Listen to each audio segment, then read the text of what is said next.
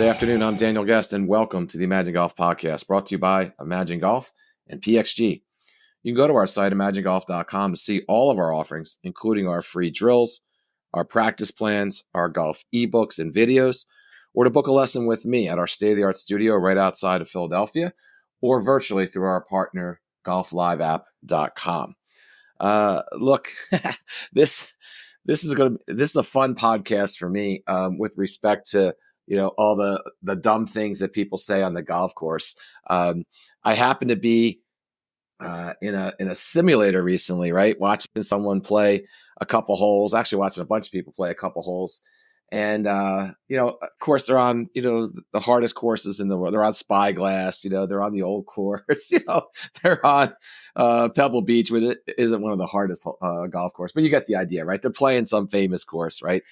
And even virtually, man, people say the same things they say on the golf course, the same things that we hear every day, the same things we've heard all our life, and the same things that our forefathers and even their forefathers have probably said a long time ago. And I was just thinking to myself, man, some of these things are not only just dumb and patronizing, if you would, but some of them don't even make any sense, So I thought, it's early in 2024. Let's come up with some new sayings, or maybe don't even say anything at all, right?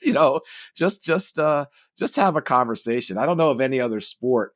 I played ice hockey for a long time, man, and you score a goal and people say, nice things to you, hey, nice shot or whatever. But that's they don't. When you miss it, a shot in ice hockey, right? Or you miss a shot, I should say. No one's, you come to the bench and they're like, hey man, don't worry about it. You almost had that. I mean, it's just different, right? I can't really express it anything else than that. It's just different. So here's the top things that I've heard over the years that probably should stop, and these are in no particular order. But the first one that you hear all the time when you start, which is, hit them straight, play well, right? Hit them straight and play well. If I didn't say this already, look, I've said a bunch of these things before, right? Now, I don't even know that I can stop saying them, all of them, to be honest. But the first one, like I said, is hit them straight and play well, right? As opposed to what, right? Hit them sideways, right? And play like crap. Hit them crooked and play like shit. I mean, what are we trying to convey there when we say that to somebody? And usually on the tee box, of course, right?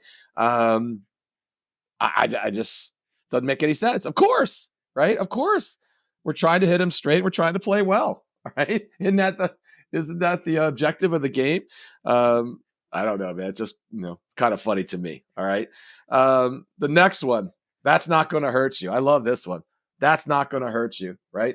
Especially when you're playing a course that no one knows, right? You're playing a course for the first time. Right, you hit a shot. It goes up high. Sails to the right. Right from the get go, this ball's going right, and we're not really sure where the ball landed. And then someone in the foursome says, "Oh, that's not going to hurt you," right? So normally it is, right? Normally it is. And by the way, no one says that when you hit a good shot, right? It's always after some kind of miss hit or whatever that leads to, a double bogey or triple bogey or whatever, or it's out of bounds or whatever. But it almost seems like it's, and a lot of these, it seems like they're mental, meant to make you feel better mentally, if you would, right? Like that exact scenario, right? I just pushed it up. I made pretty decent contact. Face was open and ball sails, like my ball flight normally goes high, right? And but it's way right, man. I mean, it's like 30 yards right. And that's not going to hurt you. Right? Well, it already hurts me just by looking at the ball flight, man. So just stop that, right? This is another one, close second to this one, right? Or close cousin, I should say, right? It opens up over there. It opens up over there, right? And again, normally happens when you hit, a bad shot, right? No one's saying that when you're on the edge of the fairway, right? But and again, it always cracks me up when someone says that and doesn't really even know the course, right? It's not like it's our home course, and even if they know the home course, you have no idea how the ball landed or whatever, right? Or where exactly it landed, right? But it's normally that shot that's terribly offline, and they give you that false hope, right? So you just hit that crappy shot. You're bummed out. You're trying to, get that a short memory, if you would. And someone, lays out the, it opens up over there. And you're like, oh, all right, cool, man. I'm praying on it. Right? I can't afford to lose any more Nassaus. You're killing me here. But yeah, I'm not a fan of that one either. And this one just, blows my mind, right? That sounded good. Yeah. Sounded good. Yeah, well, it's sailing 50 yards to the left, right? I hit it off the toe, right? Oh, that sounded good, right? Actually, this one just happened to me not too long ago. I hit I hit a ball so close to the heel. All right. So Tiger just hit a hosel rocket, 2 days ago at the Genesis Open. But I hit one so close to the heel that it makes that real tinny sound, right? If you have newer clubs, most of these clubs today are acoustically engineered, right? They spend hundreds of thousands of dollars to engineer the clubs to sound a certain way. And when you hit it off the heel, it has a certain distinct sound to it, usually more high pitched. I would call it tinny. So sure enough, I get up there. I think I had a 4-iron in my hand, par 3, and I hit this ball, and I hit it hard. There's no doubt about it. I hit it hard, but I hit it right off the heel. And this ball went about 25 yards to the right of the hole. Now, luckily for me, it landed in a bunker, and I could get up and down pretty easily there. But the second I hit it, this guy that we're playing, he goes, "Oh man, that sounded great, or that sounded good." And I'm thinking, "Oh my god, dude." That not only did it not sound good, but it felt awful. It felt the vibration through my hands, still stings to this day. So, but sounded good, struck well. Uh, normally it's on the negative shots, right? And again, it's just trying to placate the individual, make them feel, I guess, a little bit mentally better. And by the way, I don't think any of these are said in jest, right? Unless your buddies are messing with you, But I think these are well-meaning sayings, if you would. But that doesn't mean that they really mean anything, right? or that they do anything or have any positive material impact. And yeah, man. And every time I'm going over one of these, I get a little flashback when someone said something or one of these to me, if you would. So here's another one I hear all the time, right? You're putting, and you blow the putt past the hole, right? Or you're on the line, if you would, but or you miss the line, I should say. And the putt goes 2 feet, 3, whatever, it doesn't even matter, you get the idea. And someone says to you, "Good speed." Right? Good speed, man. Right? Yeah. Thanks, man. I missed it by 4 feet, but the speed was excellent. Right?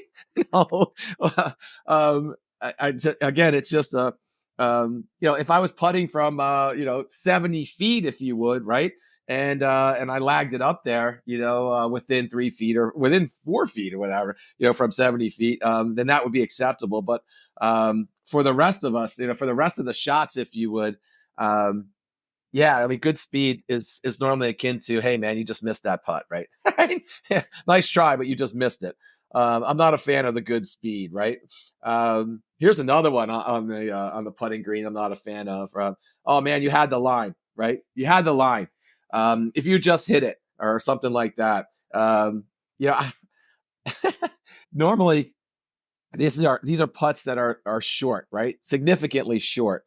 And that, for most golfers, that just drives people crazy. We think about it, never even had a chance to go in, right? If you're short, right? So, when someone says that to me, and believe me, I've said this one too to other people, if you would, but it just gets in my craw, man, because I can't stand to leave putts short. I can't stand it. I'd rather blow it by the hole, to be honest, than be short. But if you're a couple feet short, and you had the line, or if you hit it harder or whatever, it would have went in, I'm sure. Right? So had the line, or if you just had hit it, or not a fan of those, right? And here's the last one on the putting green, right? Yeah, at least you gave it a chance. All right, at least you gave it a chance. Now this is when you're on the high side of the hole and you blew it by the hole by like 5-6 feet, right? This one always cracks me up, because even though you're on the high side of the hole, if you hit it way too hard, you really didn't even give it a chance, right? So, if it just misses the hole and ends up, a foot or two behind the hole, then yeah, you gave it a chance. And obviously, if you're below the hole, you don't give it any chance. I get that, right? But if you blow it by the hole by 4, 5, 6, 7, and sometimes even more feet, did you really give it a chance? At least you gave it a chance. No, you didn't. All right. Yeah. So I could again. I can remember a hole in my mind in our home course playing with a good friend of mine, and on this par three, that if you miss the hole just a little bit and the ball gets to the right side of the green, it drops off significantly. So I probably blew it by the hole by about 2 feet, right? 2 feet, but 2 feet on this hole, it ended up going like 15, 17, 20 feet past the hole. And he comes back with the proverbial, oh, at least he gave it a chance. I'm thinking, oh my God, man, I want to break my putter and I want to smack you as well, man. So not a fan of at least you gave it a chance, right? Um, so here's some other ones, right? Get back to the irons, if you would. Pretty good from there, right? Pretty good from there. This one always is always painful because it normally, reckons back to the fact that you had a bad shot. The previous shot reckons back, right? Like in other words, I slice my drive over to the right. It's in a lot of rough, right? Deep rough. And I hack it out of there and I get it 50 yards. I advance the ball 50 yards, right? And my wrists hurt and a big clump of grass goes flying. And my playing partner says to me, hey, man, that was pretty good from there, man. Right? So, I get it. Again, meant to be positive. But yeah, I mean, whenever that happens, don't you always think about the shot that put you there in the first place? Right. So, you're under a tree and you hack it out and, you're on the edge of, another hazard, if you would, or you're in another hazard for that matter. And your partner says, hey, man, that's pretty good from there. Right. So, what does that even mean? Right. And this is the one, man, I've said to myself a million times, right? Better than being in the office. Right. And there's no truer statement than that. Right. But that's usually said by someone that's not playing very well. All right. Not most people when they're stroking the ball and they're scoring well and they're having fun, do they look at their partner and say, hey, man, at least this is better than being in the office? Said no one. Right. So when this reckons up, if you would, or this comes out of someone's mouth, man, it's normally code for, hey, man, you're not playing really well. Maybe frankly, you should have stayed in the office. All right. But it's I get it, right? It's meant to kind of take some sting out of the air, if you would. But yeah, it's never said by someone that's playing well. And this is another one. That'll play, right? That'll play. Well, almost every shot will play, won't it? Right? Again, not normally said on a great shot, right?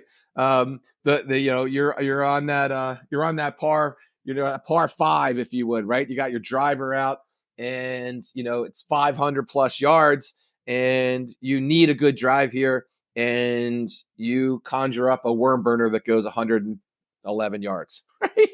Now it's right up the middle, right? But it's 111 yards, right? And your partner says, "Yeah, that'll play," yeah, no doubt, right? I was trying to hit at 240, but 111 will do, right? So, again, man, it's never someone, it's never said to someone that normally hit a great shot. And then the only thing I would say about that is every once in a while, I guess it is, the more I think about it, right? Someone almost with a sarcastic tone, right? You hit that 204. I'm 58, so 240 for me would be pretty decent on any day, right? So I stroked that 240, 250 yard drive, and it's right in the middle. And a partner says to me, that'll play. All right. Yeah, no doubt. Right. There is no doubt that'll play. That's one of my better shots today. So it's almost said in jest in that regard. But for the most part, when someone says that, it's not favorable, right? It's and by the way, none of these are usually are favorable, right? Which leads to the next one. There's no pictures on the scorecard, right? And that's usually followed by that good miss. All right, I should have put that on there. I say that all the time, man. But the no pictures on the scorecard thing refers to that crappy shot that you got lucky, all the planets aligned, and the ball hit a tree and bounced back into play, and now you got a nice little chip, right? Or you sculled that wedge, and because it's along the ground, it got caught up in the grass, and it's right on the edge of the green. There's millions of ways you can get conjure up this kind of comment. No pictures, if you would, on the scorecard. And what's funny about it is, actually there plenty of scorecards have pictures on them, right? So that's a little crazy there when you think of literally, if you would. But I get what you mean, right? It's a point A to point B. How it gets there is no consequence, but actually there is, right? Because you can only be lucky so many shots, right, in a given round, in a given week, in a given month, in a given career, for that matter. So it really does matter. So, but I get where this comes from, if you would. The last three are not scoring shots, are important shots. So this one here cracked me up. This is like the wedge shot, or the approach shot coming to the green, right? The important shot that you need, right? And you get up there, and you hit a poor shot, and either the person that hit it or the person you're playing with starts saying things like "sit," right, or "bite," or "get down," or whatever, right? The "get down" one always cracks me up, because that's normally on a line drive, right? You hit it so low on the face of the club, it's a freaking line drive. It's going to go 30 yards past the hole, and you want it to get down, right? Yeah, no doubt. We want it to get down 40 yards before it actually hits the ground, but get down. Or the bite one cracks me up too. That's normally the guy that hits a wedge, and again, didn't make good contact with it, and he wants it to bite on the green, if you would, right?